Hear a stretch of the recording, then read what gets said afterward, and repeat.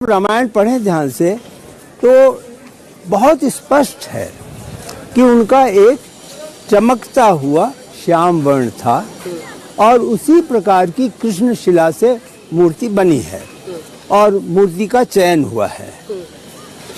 बाकी आपने जो विवरण जाना भी है और कदाचित बताया भी होगा, वो 51 इंच के हैं, वो 5 वर्ष से कम उम्र के सरल आयु के हैं, आयु जिसमें उनका यज्ञोपवीत नहीं हुआ है, समचरण हैं और उनकी आंखें इस प्रकार दिव्य हैं कि जब वो 22 तारीख को पट्टी खुलेगी तो यह अवश्य लगेगा सभी को कि ये प्राण प्रतिष्ठित हो गए, इनमें प्राण आ गया और ये अब एक मानुष के रूप में, मनुष्य के रूप में अब ये पूरे विश्व को देख रहे हैं। जी।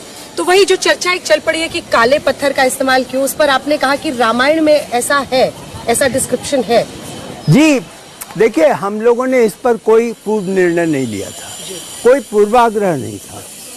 हमने जो तीन पत्थर चुने उसमें एक जो था वो मार्बल था, 2 कृष्ण शिला थी।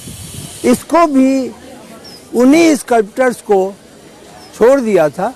केवल हम लोगों ने यह सुनिश्चित किया कि इनके गुण जो हैं, इनकी जो गुणवत्ता है, जो केमिकल फीचर्स हैं पत्थर के, जो फिजिकल फीचर्स हैं पत्थर के, वह इस प्रकार के हों कि इस पर वातावरण का, वायु का, जल का, कार्बन डाइऑक्साइड, ये चीजों का कोई भी असर नहीं पड़े। देखिए विदेशों से भी लोग आ रहे हैं दर्शन के लिए।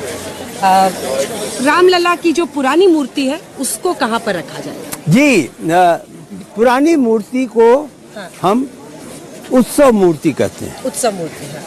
पुरानी मूर्ति के प्रति लोगों की बड़ी भावनाएं हैं, क्योंकि वह यह कहते हैं कि यह मूर्ति तो प्रकट हुई थी।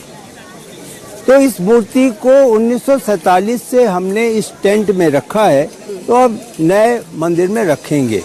तो जहाँ पर सिंहासन बना है जो स्वर्ण का होगा, सिंहासन पे अचल मूर्ति जिसकी प्राण प्रतिष्ठा होगी, वो खड़ी मूर्ति है। उसके ठीक सामने जो वर्तमान में मूर्ति है, जो उनके भ्राता हैं और अन्य हनुमान जी जो हैं, शालिग्राम जी हैं, ये सभी यथावत वहाँ पर रखा जाएगा। तो एक भगवान की चल मूर्ति या उत्सव मूर्ति है, एक अचल मूर्ति है। दोनों की पूजा रोज होगी, उसी प्रकार से होगी, कोई उनमें अंतर नहीं होगा।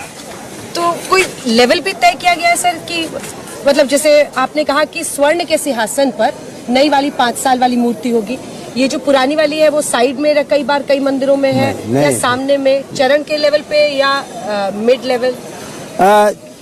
एक लेवल तो वह है कमल का, जिसपे कि वर्तमान भगवान जो आ रहे हैं, वह भगवान स्थापित होंगे, प्राण प्रतिष्ठा होगी। उसी के ठीक एक नेक्स्ट स्टेप होगा सिंहासन का, जिसपे कि जो वर्तमान भगवान राम हैं, राम लला हैं, उनको रखा जाएगा। तो यह प्रश्न नहीं है कि वो उसके नीचे होंगे, बल्कि केवल प्रश्न है कि उनके सामने होंगे। सामने रखना है जिससे कि दोनों भगवान की दर्शन करने की जो आकांक्षा है वो दोनों को हो जाए।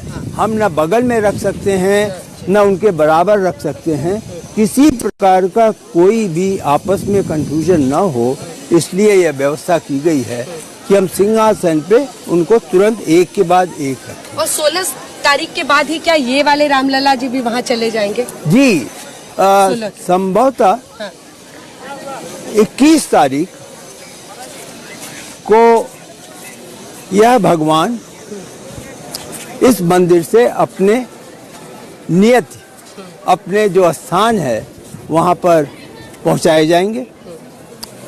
कदाचित एक दिन की बाधा आ सकती है लोगों के दर्शन में। ट्रस्ट अभी पूरा प्रयास कर रहा है कि कोई निराश नहीं हो, लेकिन यदि ऐसा होता है तो वह अग्रिम सूचना सभी को दे देंगे कि वह उसी प्रकार से अपनी यात्रा करें, जिससे 21 तारीख को यदि दर्शन की व्यवस्था नहीं है तो उसको ध्यान में रखें। जी। अब 22 जनवरी पर सीधा सर आ जाते हैं, जरा सा 22 जनवरी को क्या क्या होगा वो आप हमारे दर्शकों को कितना बता सकते हैं? पीएम का कार्यक्रम कितनी देर का होगा? जो अन्य अतिथि बुलाए गए हैं, जिसमें पॉलिटिशियंस भी हैं, जिसमें फिल्म स्टार्स भी हैं, जिसमें स्पोर्ट्स स्टार्स भी हैं, वो सब कहाँ पर बैठेंगे, कैसे होगा, किसको कहाँ जगह दी जाए? मंदिर के मंडपों में जी। मुख्य रूप से साधु संत होंगे। जो 3 मंडप नीचे वाले 3 मंडप हैं जी। और जो 2 मंडप साइड्स में है, प्रार्थना मंडप और कीर्तन मंडप जी। इन सभी स्थान पे कुर्सी की व्यवस्था संभवतः होगी और वहाँ पर साधु संत होंगे। और उसके बाद आपको मालूम है कि गुरु मंडप और गर्भगृह में पूजा होगी। जहाँ पर आज आपको मैंने ये बताया कि परकोटा से जाकर नीचे उतरेंगे और सीढ़ियों पे चढ़ गए, सीढ़ियों पे आगे चढ़ेंगे तो वो एक पहले शिखर पे पहुंचे। जी, जी। लेकिन वो प्लाजा है वहाँ पे। हाँ। जो भूमि तल है वो एक प्लाजा स्टोन का प्लाजा है, जिसको वरांडा भी कहते वरांडा हैं, ये कहते हैं। जी, ठीक है। वो प्लाजा जो है उस पे कुर्सियां रहेंगी और सारे अतिथिगण उस पे बैठाए जाएंगे। तो लगभग आप यूँ समझें कि सामने और साइड मिला करके कुर्सियों की व्यवस्था की जा रही है जी। और करीब 6000 कुर्सियां वहाँ लगेंगी। 6000 जी। और यह उम्मीद है, क्योंकि वह एसपीजी पर निर्भर करता है, जो स्पेशल पुलिस गार्ड्स होते हैं प्रोटेक्शन के लिए, उनके निर्णय पर है। लेकिन वर्तमान में यह अनुमान किया जा रहा है कि कोई अलग व्यवस्था न हो करके मंदिर से बाहर जैसे ही पूजा के बाद, पूजा की अवधि लगभग 2 घंटे होगी, तो उसके बाद जैसे निकलेंगे तो वह मुखातिब होंगे वहाँ पे जो सारे अतिथिगण हैं और वहाँ पर वो उनको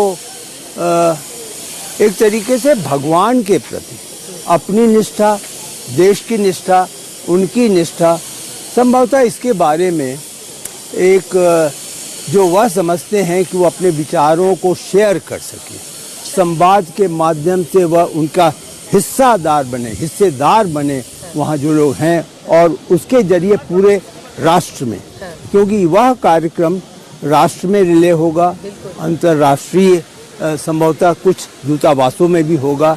तो इस प्रकार से 1 घंटे का वह भी कार्यक्रम है। तो प्रधानमंत्री बोलेंगे यहाँ? जी हाँ, प्रधानमंत्री जी बोलेंगे, मुख्यमंत्री जी हैं वहाँ पर तो वह भी बोलेंगे, और आमंत्रित किया गया है हम आरएसएस के जो प्रमुख हैं उनको भी आमंत्रित किया गया है और वो वहाँ रहेंगे। तो मोहन भागवत जी, तो यह लोग वहाँ पर होंगे और वहाँ से वो कार्यक्रम चलाया जाएगा। अब अंत में नृपेन जी, आपके लिए तो बहुत खुशी का दिन करीब आ रहा है, आपके लिए मतलब ये सब कुछ हो रहा है और आप इसका हिस्सा रहे। प्रधानमंत्री ने आपसे क्या जो पिछली आपकी बातचीत हुई होगी, पीएम अब क्या कह रहे हैं, उनका क्या, किस तरह से वो उसको देख रहे हैं? उन्होंने लगभग 2 माह पहले मेरी भेंट हुई थी। प्रायः उनका एक प्रश्न तो होता ही है कि तुम्हें कोई कठिनाई है, लेकिन उसके बाद उन्होंने यह कहा था कि देखो इस मंदिर में इसका ध्यान रखना कि किसी व्यक्ति विशेष के नाम से अलंकृत नहीं करना। यानी अगर डोनेशन मिला है तो डोनेशन के आधार मान के उनके नाम अलंकृत करो, ये उचित नहीं है। इसी प्रकार निर्माण में जो सारा समूह जुटा है उन सब को आप इसमें रखो, लेकिन नाम की व्यवस्था मत करना। और 23-22 का आपको भी बहुत इंतजार होगा? जी अवश्य है, क्योंकि अनिश्चितता भी मन में है और वह एक तरीके से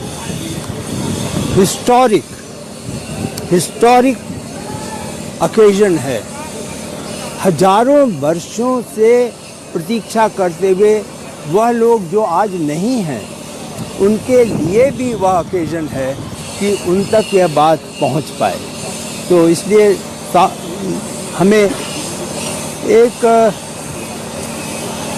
तरीके से डिवाइन वर्शिप मन में रहती है कि किसी तरह कार्यक्रम सफल हो। सिविलाइजेशनल हिस्ट्री का भी हिस्सा होगा, सदियों का जी। संघर्ष भी है और इसी के साथ दशकों का आंदोलन भी है। बहुत बहुत धन्यवाद आपका निपेन मिश्र जी। पिछली बार की तरह आपने आज तक को एक बार फिर से पूरी जानकारी दी। जी। सभी की रुचि है और 22 के लिए खास तौर पर, फिर आगे के लिए भी तमाम जो निर्माण होगा उसके लिए आपको बहुत बहुत शुभकामनाएं। इसी के साथ अयोध्या से अंजना कश्यप।